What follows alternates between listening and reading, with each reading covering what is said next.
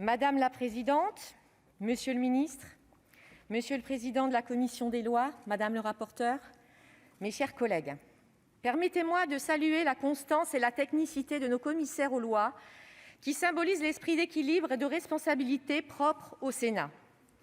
Je le dis à cette tribune sous le regard de Michel Delhospital et de François Daguesseau, dont la rigueur n'avait d'égal que l'esprit de tolérance. C'est parce que nous veillons à l'exécution de peines proportionnées que nous mettons un point d'honneur à parfaire le droit ou à combler des carences observées. Je renverserai un célèbre adage pour vous dire ce que nous refusons tous ici en matière antiterroriste : agiter une main de velours dans un gant de fer. C'est dans cet esprit exigeant et proactif que nous traitons ce jour d'une problématique sécuritaire aux atours de défis civilisationnels. Je veux bien sûr saluer le travail de mes collègues Muriel Jourda et François-Noël Buffet qui, animés par les exigences de l'État de droit, sont parvenus à corriger un vide juridique particulièrement inquiétant pour la sécurité des Français. Nous connaissons tous ici les chiffres qui nous conduisent à anticiper des sorties sèches qui nous inquiètent.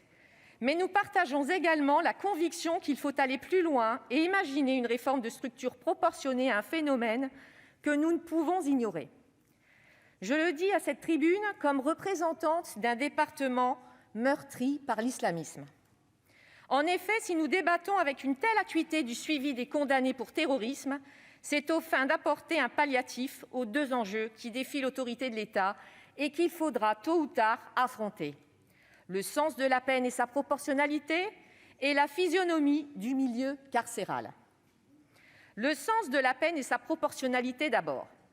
C'est au Sénat que nous devons l'instauration d'une peine incompressible de 30 ans et la limitation drastique des conditions d'aménagement de peine. Il nous faut désormais aller beaucoup plus loin, ne serait-ce qu'au regard des nouveaux profils auxquels nous avons affaire. Le terrorisme est de plus en plus juvénile, son traitement pénal ne peut l'ignorer. Nous savons que les crédits de réduction automatique seront supprimés si le projet de loi Dupond-Moretti est adopté en l'état. Malgré tout, c'est la question de la perpétuité réelle que nous devons aborder. Car, ne nous y trompons pas, l'incompressibilité ne rime pas avec enfermement à vie. Je rappelle que le droit interne britannique, pourtant inspiré par l'habeas corpus et dont personne n'oserait dire qu'il piétine les droits de la défense, ne permettait ni élargissement ni réexamen des peines de perpétuité réelles jusqu'à ce que le juge européen n'exige la clarification d'un droit pourtant souverain. Les juridictions ne doivent pas être contraintes à offrir aux condamnés une perspective de libération dangereuse pour la société. Deuxième mal à traiter, la physionomie du milieu carcéral. L'instauration de cette perpétuité réelle, dès le prononcé, paraît d'autant plus nécessaire que la prison est marquée par une spécificité démographique notable. Selon le dernier numéro des cahiers d'études pénitentiaires, l'âge moyen des personnes détenues était en France d'environ 35 ans, soit 13 ans de moins que celle de la population générale.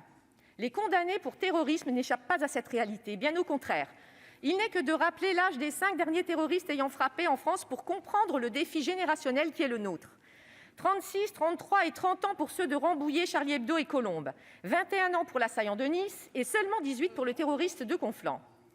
Mes chers collègues, c'est aussi le djihadisme d'atmosphère décrit par Gilles Kepel que nous devons aujourd'hui défier. Or, sans suivi des détenus terroristes, relais potentiel d'une idéologie qui croît souvent en prison, c'est notre jeunesse que nous exposons. Cette proposition de loi s'attaque donc courageusement aux dommages collatéraux d'un phénomène qui constitue un défi pour notre civilisation. Nous traitons aujourd'hui les conséquences d'un mal dont il faudra très vite arracher les racines. Le travail sera long, car ces racines se propagent pernicieusement jusque dans nos prisons. Je vous remercie. Merci, chers collègues. La discussion générale est close. Nous passons maintenant à la discussion